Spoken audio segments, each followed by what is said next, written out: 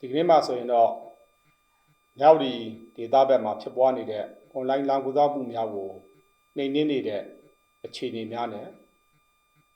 ရခိုင်တော့ဖြစ်ခဲ့တဲ့အဖြစ်အပျက်တွေနောက်ွယ်ကအကြောင်းအရာတွေကိုကျွန်တော်အနေနဲ့ပြောကြားတော့မှာဖြစ်ပါတယ်။တော့ KP နဲ့မြောက်ဒီဒေသဆိုတာထိုင်းမြန်မာနှစ်နိုင်ငံနယ်စပ်မှာရှိပြီး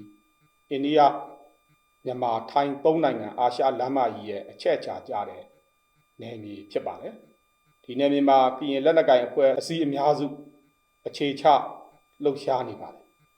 2015ခုနှစ်မှာ NCA သဘောတူစာချုပ်ကိုကရင်လက်နက်ကိုင်အဖွဲ့တွေဖြစ်တဲ့ DKBA, KNU, KNLA, PC, KNU တို့ပါဝင်လက်မှတ်ရေးထိုးခဲ့ပြီးနယ်မြေတည်ငြိမ်မှုရှိလာတာနဲ့အမျှဒေသဖွံ့ဖြိုးရေးလုပ်ငန်းတွေကိုဆောင်ရွက်နိုင်ခဲ့ကြပါတယ်။ဒီလိုငြိမ်းချမ်းရေးတည်ဆောက်နေချိန်ကာလ2016ခုနှစ်မှာအခွင့်ကောင်းယူတစ်ဖက်လက်အကြောင်းပြပြီး KNU တမကွန်နယ်မြေတွေက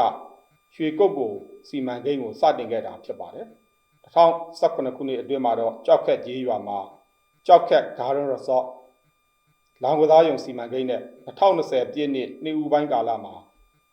တမ6နယ်မြေမဲထော်တလေးဒေသမှာ KK ပတ်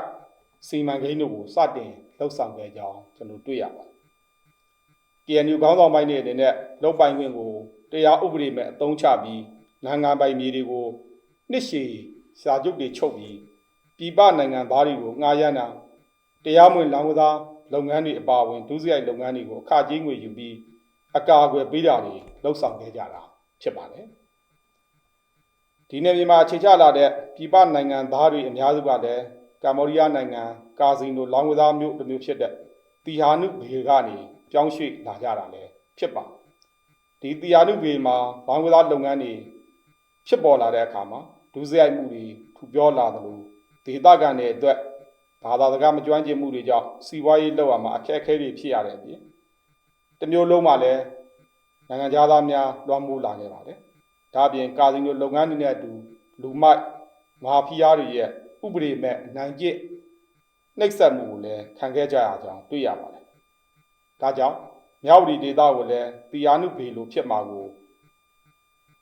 ဒေသခံကရင်တိုင်းသားတွေကစိုးရိမ်ခဲ့ကြပြီးဒီစီမံကိန်းတွေနဲ့လောင်ကစားလုပ်ငန်းတွေကိုလက်မခံဘဲကန့်ကွက်ခဲ့ကြောင်းတွေ့ရပါတယ်။ရွှေကုတ်ကိုကြောက်ခက်KKပတ်မှာရှိနေတဲ့